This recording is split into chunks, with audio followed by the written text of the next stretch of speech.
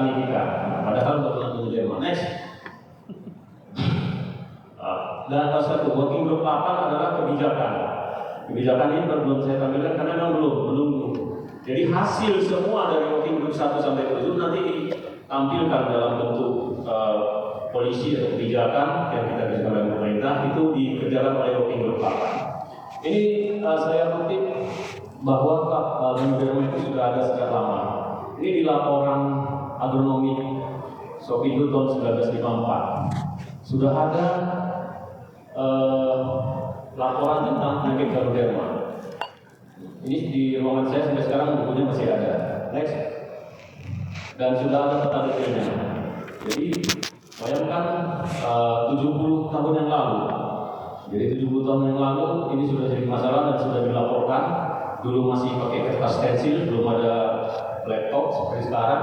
Mereka kunjungan tahun 53, laporan tahun 54. Jadi tapi luar biasa kalau saya lihat laporan itu. Kalau grafik dia pakai pensil merah biru, fisik manual. Kalau sekarang dia tinggal copy paste, edit sedikit sudah jadi. Nah, tapi ini sudah menjadi informasi yang sangat baik bagi kami bahwa sejak tahun 50-an pun ini sudah mulai diteliti. Next. Nah, Ganodderma yang memang yang menjadi momok seperti disampaikan moderator tadi, Malaysia dan Indonesia. Tetapi sekarang di Afrika maupun di Latin Amerika sudah mulai menjadi masalah juga. Kalau di Afrika masalah utamanya itu Fusarium, di Latin Amerika Barcode, di kita Malaysia dan Indonesia adalah Ganodderma. Tapi sekarang di sana juga sudah menjadi masalah. Next. Nah, ini kerugiannya dari berbagai sumber luar biasa. Kita lihat sendiri dari foto udara sini, luar biasa. Bisa 7,8 triliun menurut Pak Kusirian. Kemudian di Malaysia lebih dari 500 juta USD per tahun Pak Islam Barudin. Dan luar biasa di Soviet sendiri sekarang sudah generasi 4 dan 5, serangannya bisa umur 15 tahun harus di-replanting, bisa tinggal 50% populasinya. Next. Ini gejalanya, saya pikir semua sudah paham ya. Next. Nah, ini siklus hidupnya juga saya pikir sudah cukup paham setiap apa kita ini kan. Tapi memang kita harus mengenal semua dari mulai siklus itu, cara dia berkembang biak, cara dia penularan. Next. Ini data slide sebetulnya dari dokter yang dari Inggris, waktu itu saya workshop di sana. Bagaimana sih sebetulnya skenario penyerangan Ganodderma ke kelapa sawit kita itu? Jadi sebetulnya Ganodderma ini sudah ada di hutan sejak kelapa sawit belum dibudidayakan. Nah, tapi bagaimana dia masih balance atau seimbang di hutan itu karena ekosistem di hutan itu masih seimbang. Nah, kemudian Ganodderma ini bisa bertahan sebagai saprofit di tunggul-tunggul atau serpihan kayu hutan. Kemudian ketika kita mulai membudidayakan kelapa sawit secara monokultur, kelapa sawit adalah inang yang paling bagus untuk Ganodderma ini tadi. Nah, dia mulai mendapat makanan yang paling enak, luar biasa enak ke rumah kita.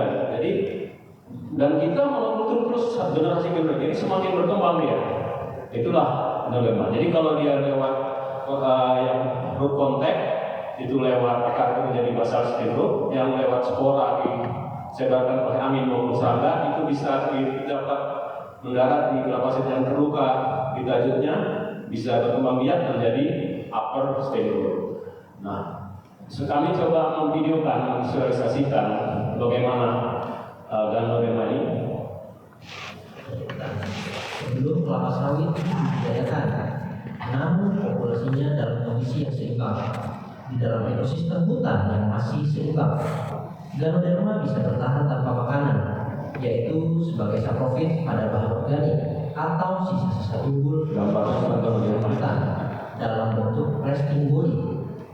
Ketika kelapa sawit mulai dibudidayakan di lahan yang sebelumnya hutan, resting body Ganodderma mendapatkan inang yang sangat sesuai untuk pertumbuhannya. Maka terbentuklah fruiting body atau tubuh buah. Penyebaran Ganodderma selanjutnya melalui spora yang bisa melalui root contact, basal stem rod, atau lewat angin yang bisa menjadi upper stem rod. Penanaman kelapa sawit secara monokultur secara terus-menerus dari generasi ke generasi mengakibatkan penyakit Ganoderma pada kelapa sawit semakin banyak dan sulit dikendalikan. Solusinya, gunakan bibit tahan penyakit, perbaiki tanah dengan Aedes hayati, dan kelola lahan dengan bijak. Lindungi kebun Anda sebelum terlambat. Ganoderma tak terlihat, tapi dampaknya nyata. Ya, next. Nah, ini pengendalian yang menurut saya harus kita lakukan bersama, yaitu Ganoderma Integrated Ganoderma Management.